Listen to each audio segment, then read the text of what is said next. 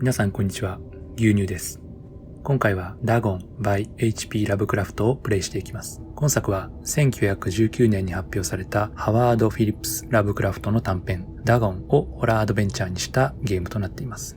こちらはクトゥルフ神話の元祖というべき作品です。クトゥルフ神話に詳しい人、初めての人も楽しめる作品ということです。作中には物語の背景を補足するテキストが多数登場します。今回の動画ではこちらもすべて収録していますので、Steam の実績解除にお役立てください。また、今回は世界観を大切にするため、コメンタリーはありません。説明は以上です。それでは前置きはこれくらいにして、クトゥルフ神話の世界をお楽しみください。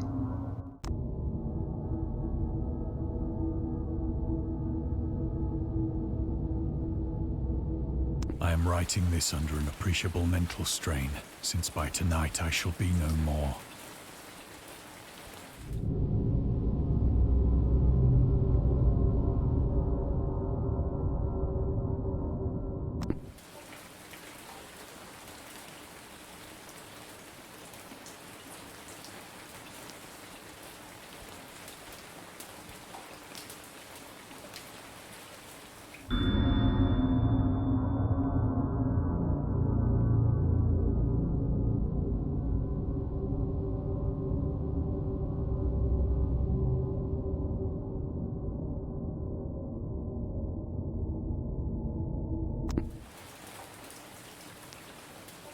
Penniless, and at the end of my supply of the drug which alone makes life endurable, I can bear the torture no longer, and shall cast myself from this garret window into the squalid street below.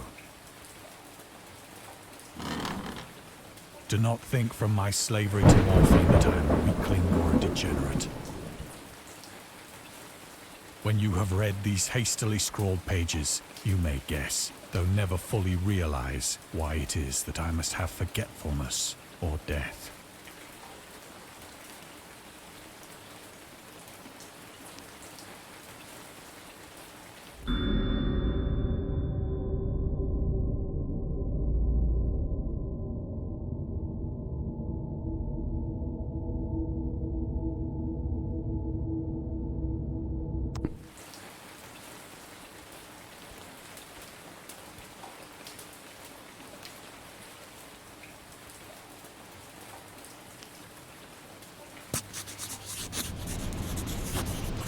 It was in one of the most open and least frequented parts of the broad Pacific that the packet of which I was supercargo fell a victim to the German sea raider.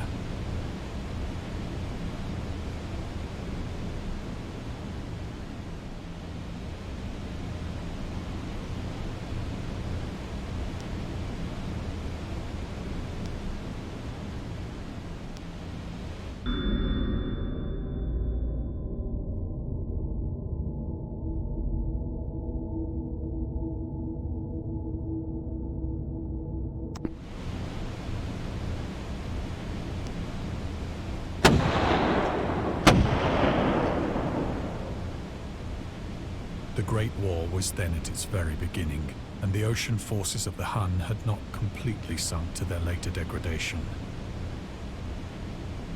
So that our vessel was made a legitimate prize, whilst we of her crew were treated with all the fairness and consideration due us as naval prisoners.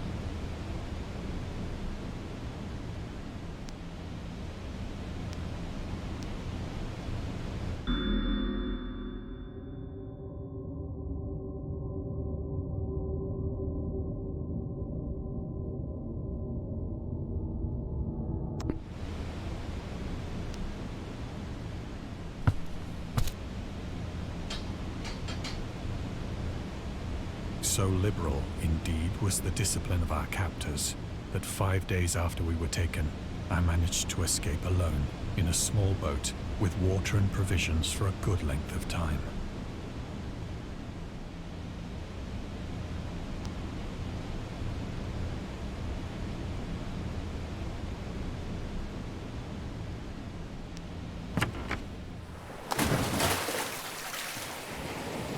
When I finally found myself adrift and free, I had but little idea of my surroundings.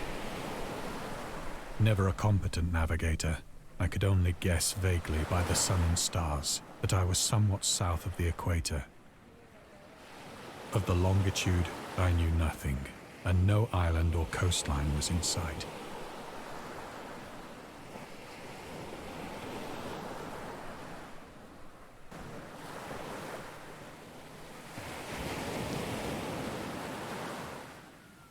The weather kept fair, and for uncounted days I drifted aimlessly beneath the scorching sun, waiting either for some passing ship or to be cast on the shores of some habitable land.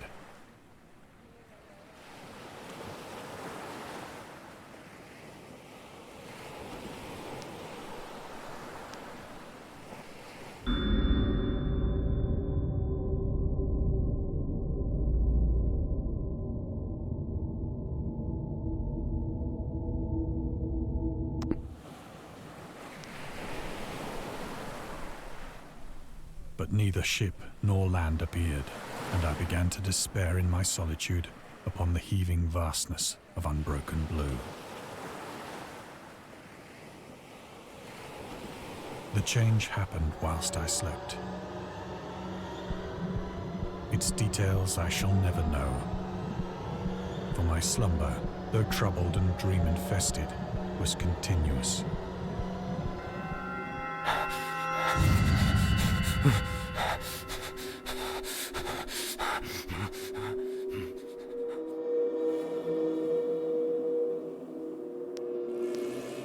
When at last I awoke, it was to discover myself half sucked into a slimy expanse of hellish black mire, which extended about me in monotonous undulations as far as I could see, and in which my boat lay grounded some distance away.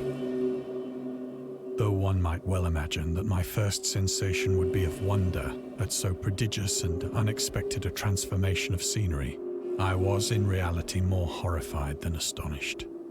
For there was in the air, and in the rotting soil, a sinister quality which chilled me to the very core. The region was putrid with the carcasses of decaying fish, and of other less describable things which I saw protruding from the nasty mud of the unending plain. Perhaps I should not hope to convey in mere words the unutterable hideousness that can dwell in absolute silence and barren immensity. There was nothing within hearing, and nothing in sight, save a vast reach of black slime. Yet the very completeness of the stillness and the homogeneity of the landscape oppressed me with a nauseating fear. The sun was blazing down from a sky which seemed to me almost black in its cloudless cruelty, as though reflecting the inky marsh beneath my feet.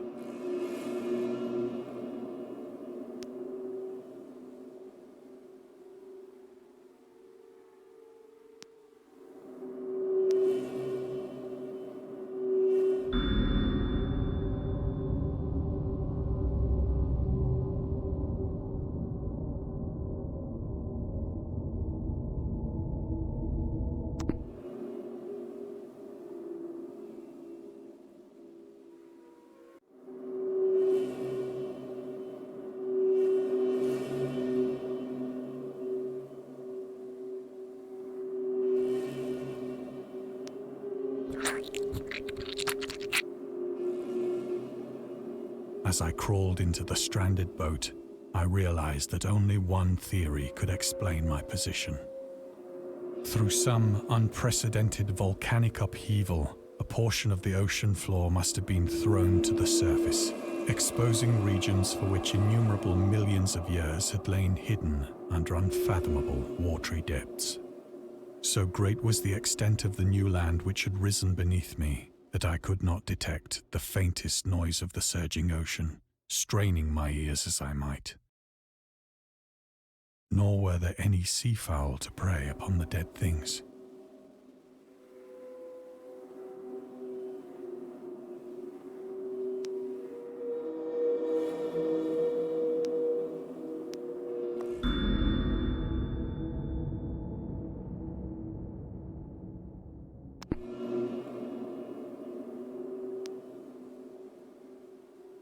For several hours I sat thinking or brooding in the boat, which lay upon its side and afforded a slight shade as the sun moved across the heavens. As the day progressed, the ground lost some of its stickiness, and seemed likely to dry sufficiently for traveling purposes in a short time. That night I slept but little, and the next day I made for myself a pack containing food and water, preparatory to an overland journey in search of the vanished sea and possible rescue.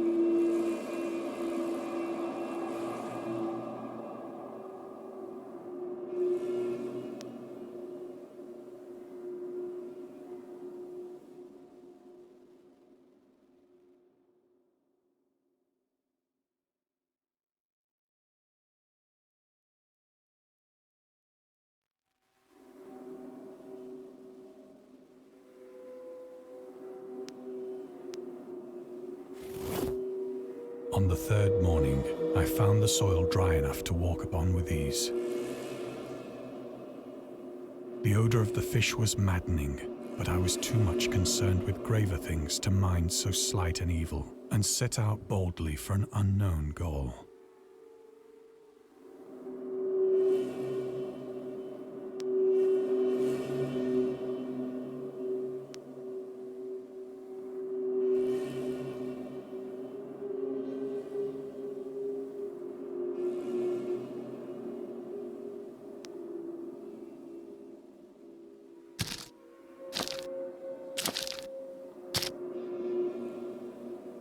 All day I forged steadily westward, guided by a faraway hummock which rose higher than any other elevation on the rolling desert.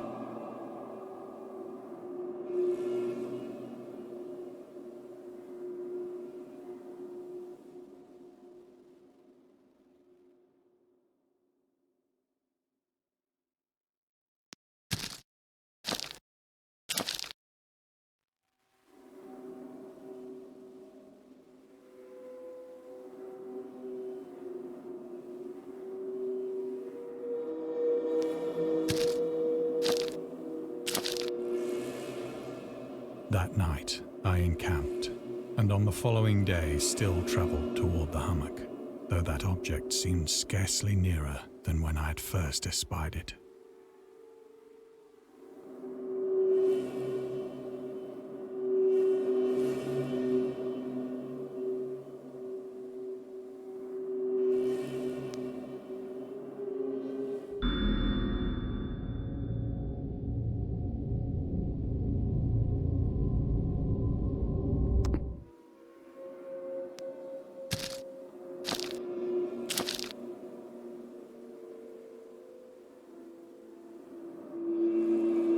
By the fourth evening, I attained the base of the mound, which turned out to be much higher than it had appeared from a distance. An intervening valley setting it out in sharper relief from the general surface. Too weary to ascend, I slept in the shadow of the hill. I know not why my dreams were so wild that night, but ere the waning and fantastically gibbous moon had risen far above the eastern plain, I was awake in a cold perspiration, determined to sleep no more. Such visions as I had experienced were too much for me to endure again.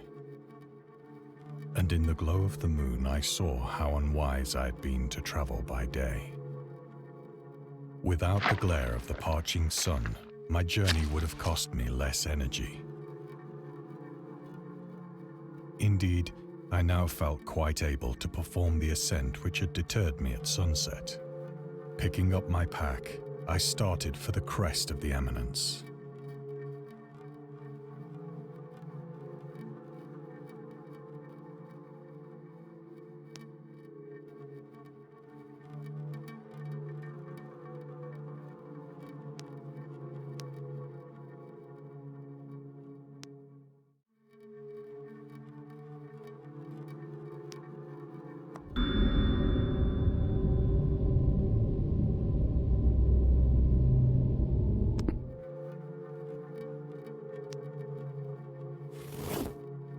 I have said that the unbroken monotony of the rolling plain was a source of vague horror to me.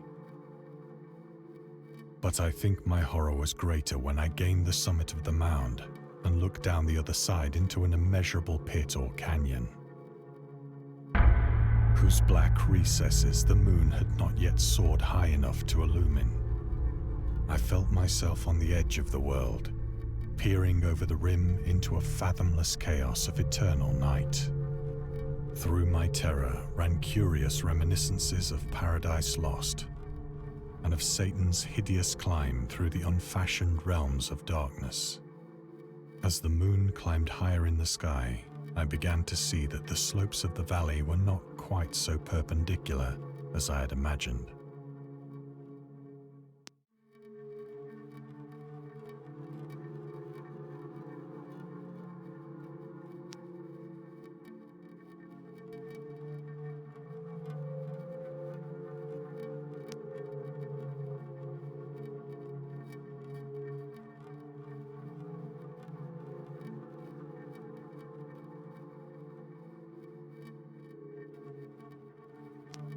Ledges and outcroppings of rock afforded fairly easy footholds for a descent, whilst after a drop of only a few hundred feet, the declivity became very gradual.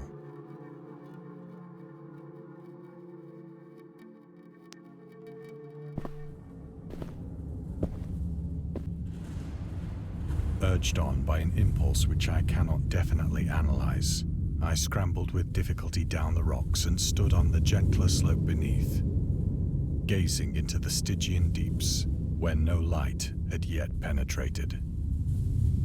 All at once, my attention was captured by a vast and singular object on the opposite slope, which rose steeply about 100 yards ahead of me.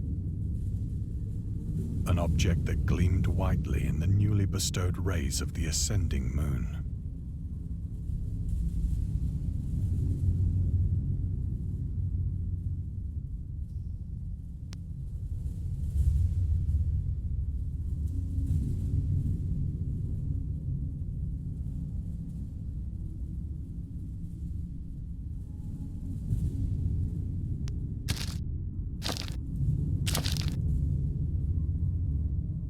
That it was merely a gigantic piece of stone, I soon assured myself. But I was conscious of a distinct impression that its contour and position were not altogether the work of nature. A closer scrutiny filled me with sensations I cannot express.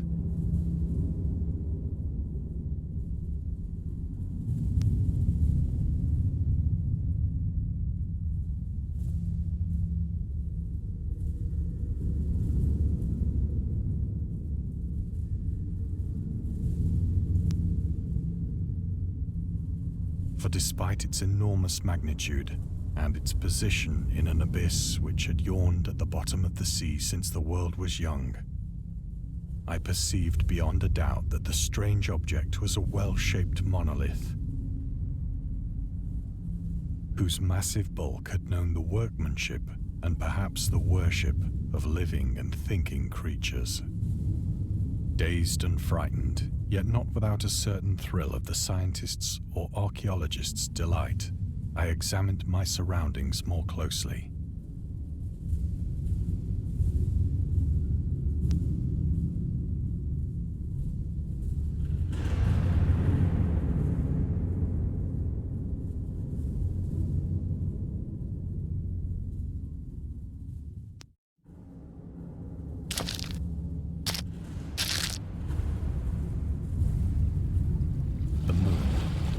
The zenith shone weirdly and vividly above the towering steeps that hemmed in the chasm,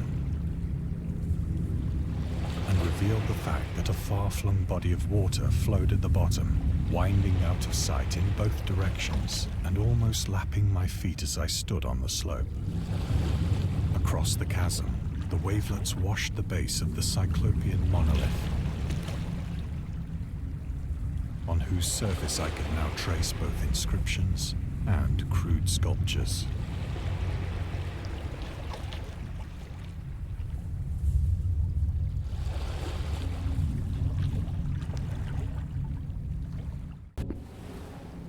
The writing was in a system of hieroglyphics unknown to me and unlike anything I'd ever seen in books,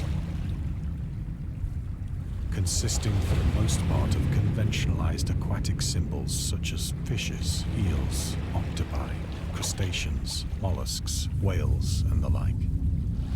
Several characters obviously represented marine things which are unknown to the modern world, but whose decomposing forms I had observed on the ocean-risen plain.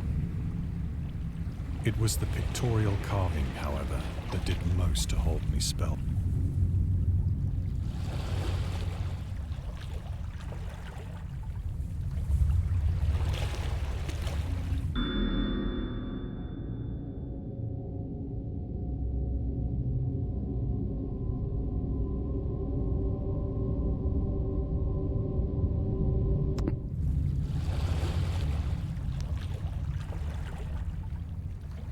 Plainly visible across the intervening water, on account of their enormous size, were an array of bas-reliefs whose subjects would have excited the envy of a Doré. I think that these things were supposed to depict men, at least a certain sort of men.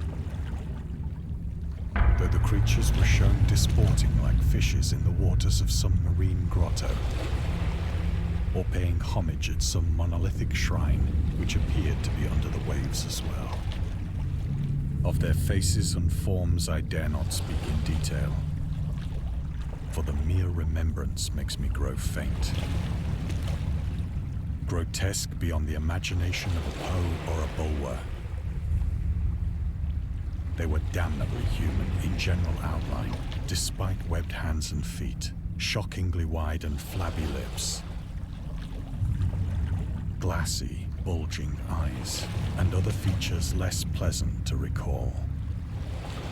Curiously enough, they seem to have been chiseled badly out of proportion with their scenic background. For one of the creatures was shown in the act of killing a whale, represented as but little larger than himself. I remarked, as I say, their grotesqueness and strange size.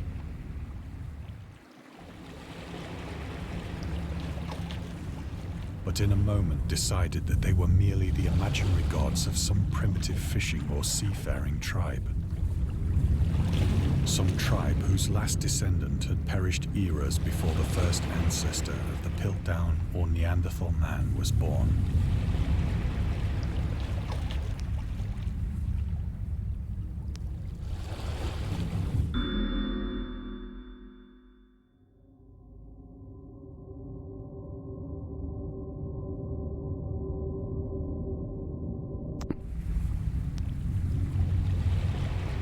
Awestruck at this unexpected glimpse into a past beyond the conception of the most daring anthropologist, I stood musing whilst the moon cast queer reflections on the silent channel before me.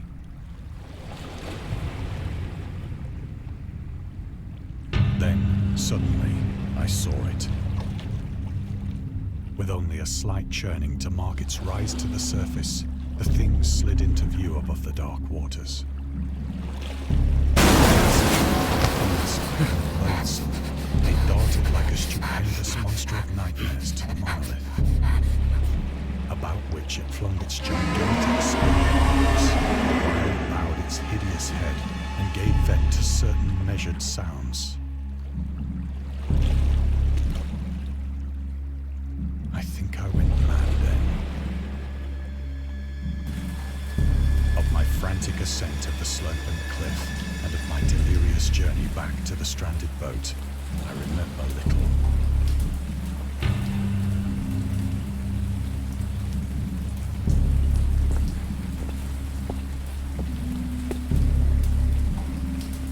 I believe I sang a great deal and laughed oddly when I was unable to sing.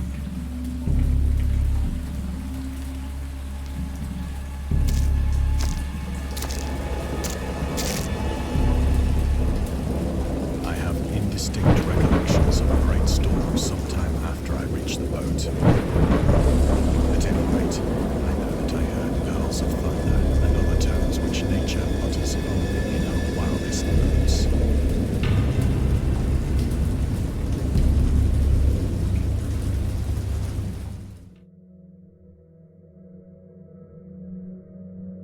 When I came out of the shadows, I was in a San Francisco hospital. brought thither by the captain of the American ship which had picked up my boat in mid-ocean. In my delirium, I had said much, but found that my words had been given scant attention. Of any land upheaval in the Pacific, my rescuers knew nothing. Nor did I deem it necessary to insist upon a thing which I knew they could not believe.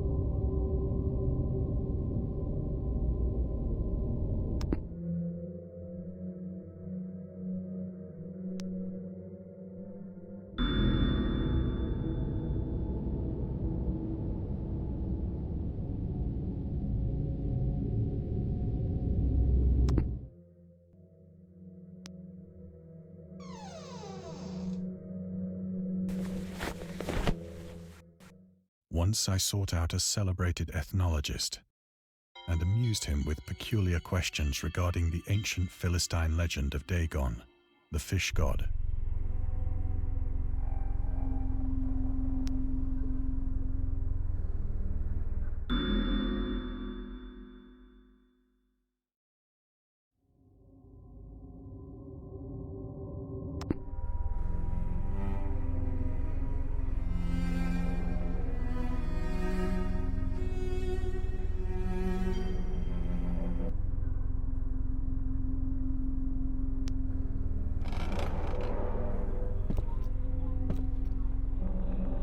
But soon perceiving that he was hopelessly conventional, I did not press my inquiries.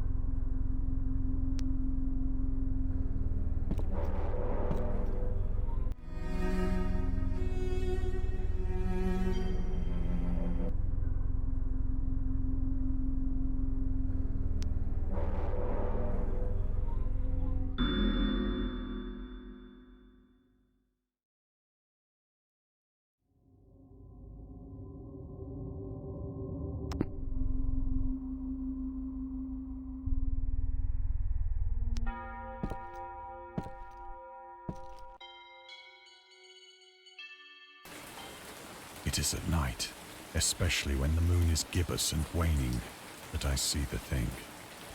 I tried morphine, but the drug has given only transient surcease and has drawn me into its clutches as a hopeless slave.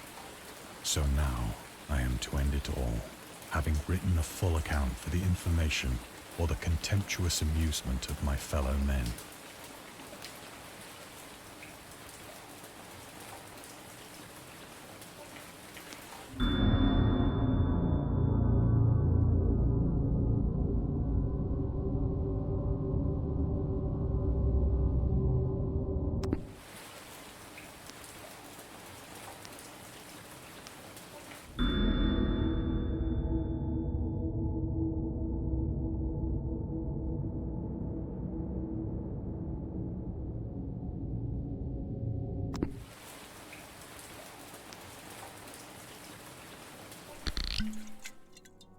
Often, I ask myself if it could not all have been a pure phantasm. A mere freak of fever as I lay sun-stricken and raving in the open boat after my escape from the German man-of-war. This I ask myself, but ever does there come before me a hideously vivid vision in reply. I cannot think of the deep sea without shuddering at the nameless things that may at this very moment be crawling and floundering on its slimy bed, worshipping their ancient stone idols and carving their own detestable likenesses on submarine obelisks of water-soaked granite. I dream of a day when they may rise above the billows to drag down into their reeking talons the remnants of puny, war-exhausted mankind. Of a day when the land shall sink and the dark ocean shall ascend amidst universal pandemonium.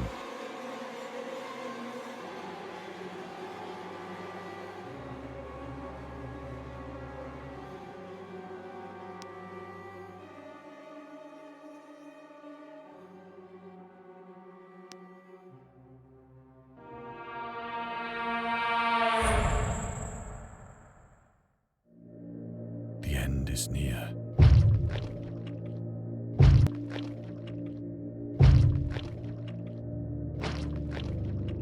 I hear a noise at the door, as of some immense slippery body lumbering against it.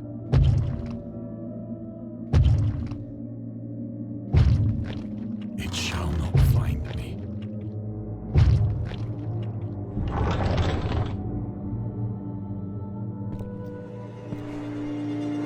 God, that hand!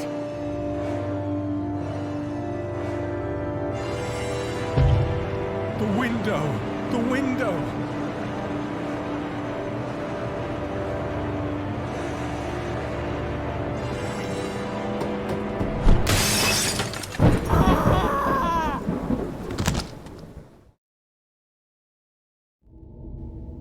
はい、ダゴン by HP ラブクラフトはいかがだったでしょうか。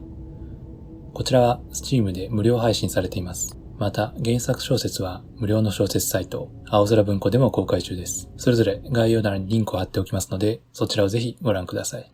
また当チャンネルではホラーゲームの翻訳字幕やコメンタリーを中心にアップしています。気になる方はぜひチャンネル登録と高評価をよろしくお願いします。それではまた次回作でお会いしましょう。